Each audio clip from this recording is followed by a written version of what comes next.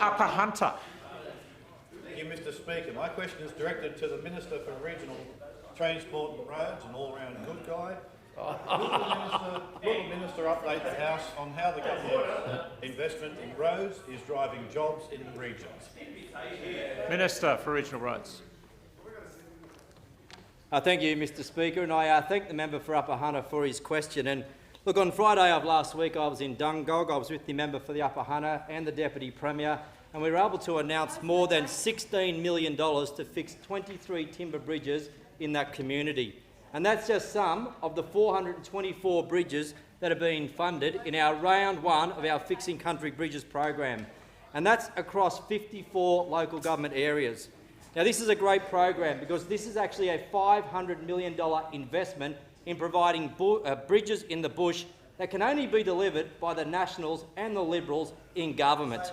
Now, it will mean hundreds of projects starting across the state in the coming months, and it's going to create more than 2,000 jobs.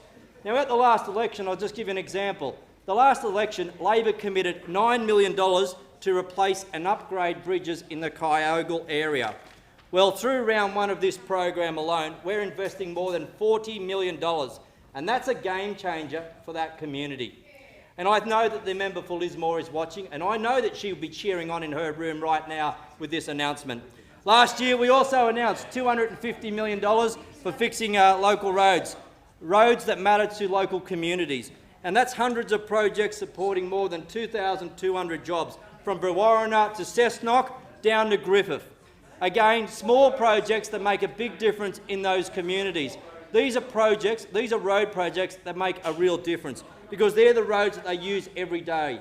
It's a road that they may use to actually get to work. It's a road they use to take the kids to school or even to come back home again. And there's more to come, because in the coming months I'll be announcing the next round, and that's going to see another $100 million being invested in local roads across our communities. Again, this is creating jobs for the bush.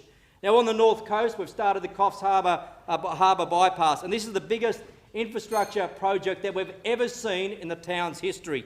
And again, it's a project that's going to create more than 2,000 local jobs in that area. Now, Mr Speaker, it's clear that on this side of the House, we're driving projects that are creating jobs in the right part of the state. And I ask the opposition, what are they actually doing? Because every time we talk about these projects, they get out there and they oppose them. And I don't know why. It's because they are anti-jobs. We committed $2.5 billion to the Great Western Highway. Now, that's a project that's going to create thousands of direct and indirect jobs. And guess what? Labor is against it. The community has signs up along the Great Western Highway. They're backing in our plans for a tunnel. And you know what? The Labor member doesn't want it. And her community is telling her that she's got it wrong.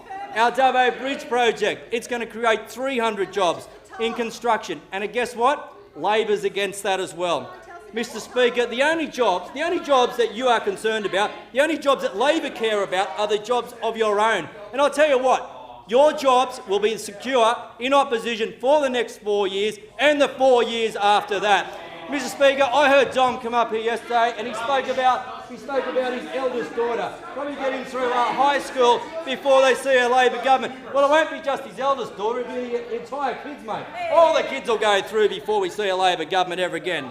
Mr Speaker, these are projects that I say to Labor, get behind them, get behind them. And if you want to come out in the regions and see them, I'll show you. I'll take you again on a trip. I'll take you on a road trip and you can see some of the projects. I'll show you the Newell Highway. I'll show you the 40 new overtaking lanes that are being constructed on that road. I'll show you how it's actually going from border to border, supporting local communities. Or the sealing of the Silver City Highway and the Cobb Highway, changing communities forever, providing around 150 jobs during construction. Or the Albion Park Rail Bypass, another project that's seen over 2,800 people that have been working on that, and another project that is ahead of schedule.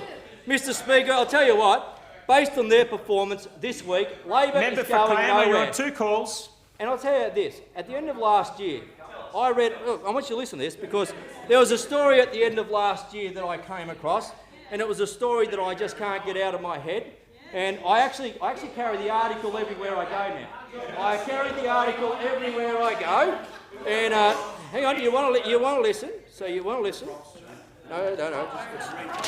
It's from the Daily Telegraph, and it says, it says, the only thing you don't like about Sydney or New South Wales is Labor leader Jodie McKay. I mean, that's got to hurt. A heading like that has really got to Member for hurt. Swansea rises Mr. on a point of Speaker. order, but I'm going to allow. Firstly, I just want to make sure that we're actually got time for you to make your point of order, make it relevant. What's your point of order, member for Upper Hunter? Yes, we require an extension. Right. I'm going to allow 2 minutes, but before we start the clock on the 2 minutes, I'm happy to hear the point of order. Clearly the minister is using a prop. There were 4 words he had to remember and he needed to bring a prop to remember them. Okay. It's not a prop. I'm satisfied that it's being used as an Thank aid you, Mr. memoir Speaker. at the It moment. is- So this is about jobs, and I'm just talking about the job that the leader is doing. But this is based on a survey of 2,000 people, and out of that survey, it came back and said that only 5% of people trusted the leader of the opposition. And it actually says, and the social researcher says there's a message in it for the... Please Thank resume you, your Mr. seat. Speaker. Thank you. Thanks, Tolling. Thank you, Mr. Speaker. I do recall the question being specifically about roads. We've swayed way off that at the moment, I think, with that discussion there. I'm happy to give the minister a little bit of leeway, but not too much. Thank you. Yeah, I thought he's very close It's to about, it, it's, Mr. about, Speaker. it's about jobs. Stop the clock. Mr. Speaker, Please do stop the clock.